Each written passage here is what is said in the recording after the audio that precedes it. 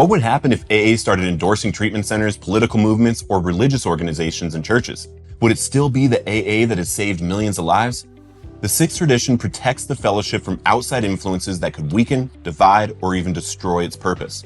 Money, property, and prestige have the power to corrupt what makes our 12-step fellowships effective. Today, we're diving into why AA must remain independent, how this tradition safeguards the message, and what happens when groups ignore this essential principle. If you haven't yet, subscribe to this channel for recovery content, and please remember, I am not a spokesperson for any fellowship or claiming membership of any fellowship. I speak out of my own experience with the Big Book of Alcoholics Anonymous in my own recovery journey.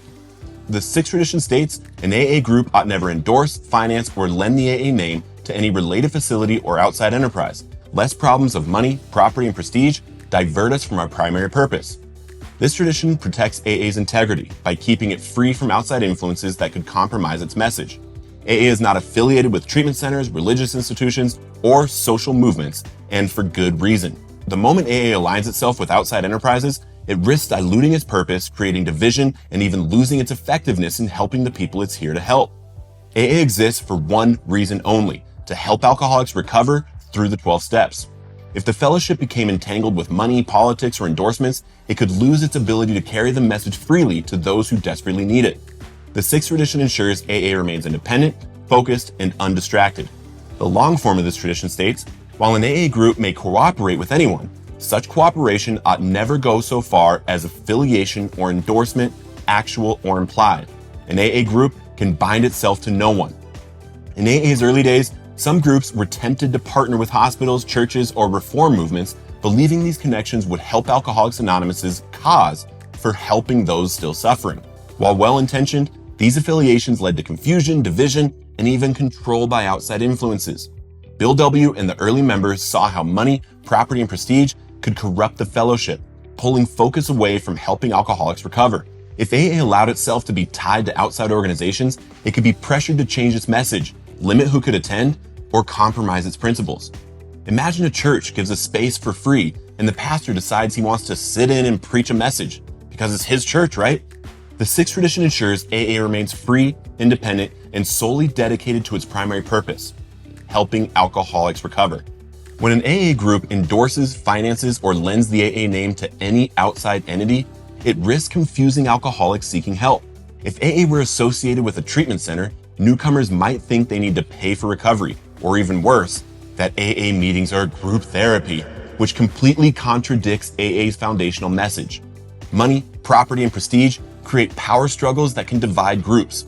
When financial interests enter the picture, egos rise, motives shift, and the focus drifts from recovery to control. History has shown that organizations tied to external funding or authority become vulnerable to corruption and manipulation. By staying completely independent, AA protects its credibility and effectiveness. The moment AA allows affiliations, it risks losing the purity of its message, and with it, the trust of those seeking real recovery.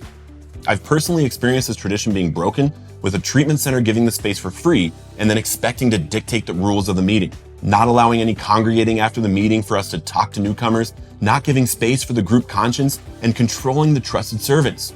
It had to change, and it did. Practicing the sixth tradition means keeping AA separate from outside enterprises to preserve its integrity and purpose.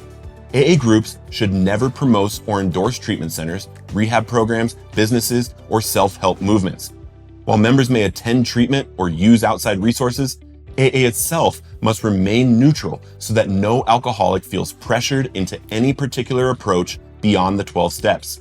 Avoiding financial entanglements is also crucial. Accepting money, sponsorships, or donations from outside organizations creates conflicts of interest that could lead to influence over AA's message or policies. The AA name must be protected. It should never be used to support political movements, advocacy campaigns, or personal ventures. By maintaining independence, AA ensures that its only focus remains on recovery. When groups stay true to the traditions, they safeguard the fellowship's ability to carry the message freely, without distractions or outside interference for generations to come. The sixth tradition is built on spiritual principles that keep AA effective and free from outside control. Integrity means preserving the message of recovery without distortion or external influence. Humility reminds us that AA thrives on service, Not prestige or financial backing, it doesn't need outside validation to fulfill its mission. Purity of purpose ensures that nothing competes with or weakens the primary goal of helping alcoholics recover. Protecting this tradition safeguards the fellowship's ability to continue saving lives, one alcoholic or addict at a time. If we compromise this tradition, we risk losing what makes AA so effective: its independence and singular focus on recovery. Take a moment to reflect. Is your group staying true to this tradition? Are you ensuring AA remains free from outside affiliations? The future of the fellowship depends on us honoring this principle. Thank you for watching and always protecting the integrity of the message as you continue living Recovered on Purpose. If you want to watch the full guide for all 12 traditions, you can click right here.